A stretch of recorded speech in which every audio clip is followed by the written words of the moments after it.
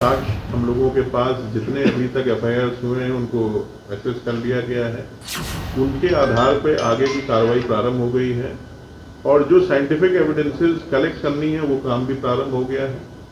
इसमें आगे देखिएगा, जल्दी हम लोग कुछ ना कुछ और प्रगति करेंगे। आप सभी का आज पुलिस मुख्यालय द्वारा साप्ताहिक प्रेस कॉन्फ्रेंस में स्वागत है। आर्थिक अपराध इकाई की तरफ से आज आपसे हम लोग जो मादक पदार्थों की समस्या है उस पर बात करेंगे और उसमें पुलिस मुख्यालय के द्वारा आर्थिक अपराध इकाई जो नोडल एजेंसी है नारकोटिक्स के संबंध में क्या कार्रवाइयाँ हम लोग कर रहे हैं, क्या चुनौती है, वो सारी चीज़ें आपके साथ हम लोग संक्षेप में डिस्कस करेंगे। आप जैसा जानते हैं कि नारकोटिक्स एक बहुत बड़ा एक समस्या है पूरे देश में और ख़ासतौर से हमारे प्रदेश में। बिहार क्योंकि सीमावर्ती राज्य है, नेपाल का बॉर्डर है और भी नॉर्थ ईस्ट से हमारा बॉर्डर से लगते हैं, इसलिए नारकोटिक्स की समस्या यहाँ शुरू से रही है। ये एक ट्रांजिट स्पॉट के रूप में भी रहा है और अब यहाँ पर कंजम्पशन की भी बात आ रही है। तो इन सारे चीज़ों को ध्यान में रखते हुए नारकोटिक के विरुद्ध एक व्यापक अभियान, जन जागरण, लोगों के बीच में एक अवेयरनेस का ड्राइव और इसके लिए एक बहुत ही कॉम्प्रिहेंसिव नीति निर्धारित की गई है जिसमें बहुत से विभागों का समन्वय है। बहुत सी एजेंसियों के साथ हम लोगों ने तालमेल करके एक रणनीति बनाई है जिससे आने वाले समय में मादक पदार्थों का जो व्यापार है, जो इसका दुरुपयोग हो रहा है, जिस प्रकार से इसमें इलीगल तरीके से दवाइयाँ बनाई जा रही हैं, इनको सरहद के पार से लाया और बेचा जा रहा है, ये सारी चीज़ों पर प्रतिबंध लगाया जाए और हमारी जो युवा जनरेशन है उसको इसके प्रकोप से बचाया जाए। जो हमारा भविष्य है उसमें बच्चे और नवयुवक इसमें इसकी आदत में ना आए, उसके लिए बहुत प्रयास किए जा रहे हैं। अभी जो बिहार गवर्नमेंट की पॉलिसी है और जो पुलिस मुख्यालय और हमारे स्तर से इसमें कार्रवाई की जा रही है वो मुख्यतः 3 महत्वपूर्ण बिंदुओं पर वो आधारित है। सबसे पहला, हमारा जो इलाका गया ज़िले का है उसमें पॉपी कल्टीवेशन इलीगल लगाई जाती है, ये पहले से हो रही है और ये मुख्यतः वहाँ पर 2 इलाकों में हो रही है, बाराचट्टी और धनगई। ये 2 थाना क्षेत्र हैं जो झारखंड की सीमा भी है और वहाँ पर वो इलाके बहुत सुदूर इलाके हैं। उसमें अक्सर ऐसा भी देखा गया था कि जो नक्सलवादी थे और नक्सल हमारे जो उस तरह के नक्सलाइट आर्म ग्रुप से उनका प्रभाव उस इलाके में था।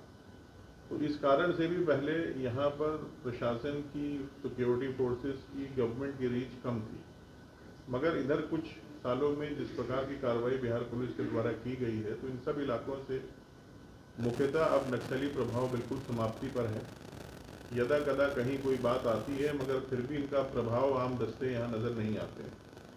तो इस साल हम लोगों ने इसमें व्यापक इन्फोर्समेंट ड्राइव शुरू किया है और वर्ष 2022 से 23 के बीच में लगभग 1290 एकड़ ज़मीन जहाँ पर इसकी पैदावार अवैध हो रही थी उसको डिस्ट्रॉय किया गया है।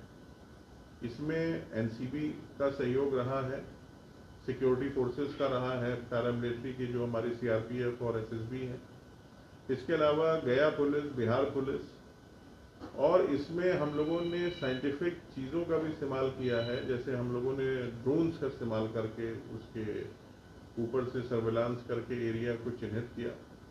उसके बाद हम लोगों को सैटेलाइट इमेजरी भी प्रोवाइड की गई है ड्रीन की तरफ से।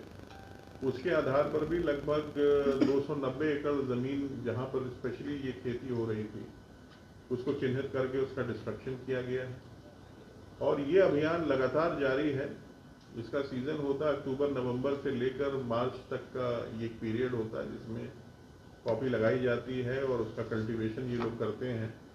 तो ये अभी का जो समय है यही शुरुआती समय है और इसमें हम लोगों की टीम्स ऑलरेडी काम में लग गई हैं, सर्वे हो रहे हैं, जो भी हमें आंकड़े चाहिए हैं वो लिए जा रहे हैं और ज़िला स्तर पर अब की बार पहली बार डीएफओ के अधीन एक टास्क फोर्स बनाई गई है जो पूरी तरह से इस अभियान का संचालन करेगी क्योंकि इसमें फॉरेस्ट लैंड भी बहुत अधिक आती है और साथ ही साथ इसमें प्राइवेट लैंड भी है।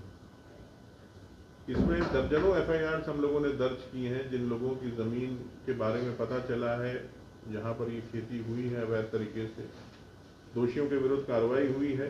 अधिक हो गई है, लेकिन यहाँ पे ये भी देखा जा रहा है कि स्थानीय पुलिस के द्वारा शायद गश्ती नहीं होने के कारण, गली मोहल्लों में, इसके कारण इसमें तादाद लगातार बढ़ती जा रही है और अपराध भी बढ़ रहे हैं। नहीं, ये बात आपकी सही है कि इसका चलन बढ़ा है और ये सबसे बड़ा पॉइंटर इस बात का है कि इसकी सप्लाई कहीं ना कहीं से आ रही है, ये डिस्ट्रीब्यूट हो रहा है, इसके हर जगह लोकल चैनल्स हैं, कुरियर्स हैं और ये हम लोग सबकी जिम्मेदारी है। ये हमारी इकाई के अलावा ज़िला पुलिस की है कि उनको इस दिशा में और गंभीर होना होगा और उनको ऐसे हॉटस्पॉट्स का पता करना होगा अपने थाना क्षेत्र में, अपने ज़िला में, जहाँ पर ये मेनेस आ रही है। क्योंकि अगर जनता से इंटरैक्ट आप करेंगे तो ये सारी चीज़ें पता चल जाती हैं। ऐसा नहीं है कि हमारी दृष्टि से कोई चीज़ छुप सकती है, मगर उसके लिए हमें और सेंसिटिव होना होगा। ये हम लोग प्रयास कर रहे हैं कि हमारे पुलिस इसमें और अधिक संवेदनशील हो। जहाँ कमी है, मगर कुछ जगह अच्छा काम भी हुआ है, बहुत जगह रिकवरी, जैसे अभी मोतिहारी और खासतौर से बेतिया, सहरसा में बहुत अच्छे काम हुए हैं, काफ़ी अच्छी रिकवरीज हुई हैं, लोग पकड़े गए हैं। बहुत से लोग एनडीपीएस, पिट्स एनडीपीएस के वांटेड थे, उनको गिरफ्तार किया गया है, जिनके पास से बिहार ही नहीं बल्कि बंगाल, उड़ीसा में उनके खिलाफ केसेस थे। तो इस और हम लोग ध्यान दे रहे हो, ये संवेदनशील है इस तरफ।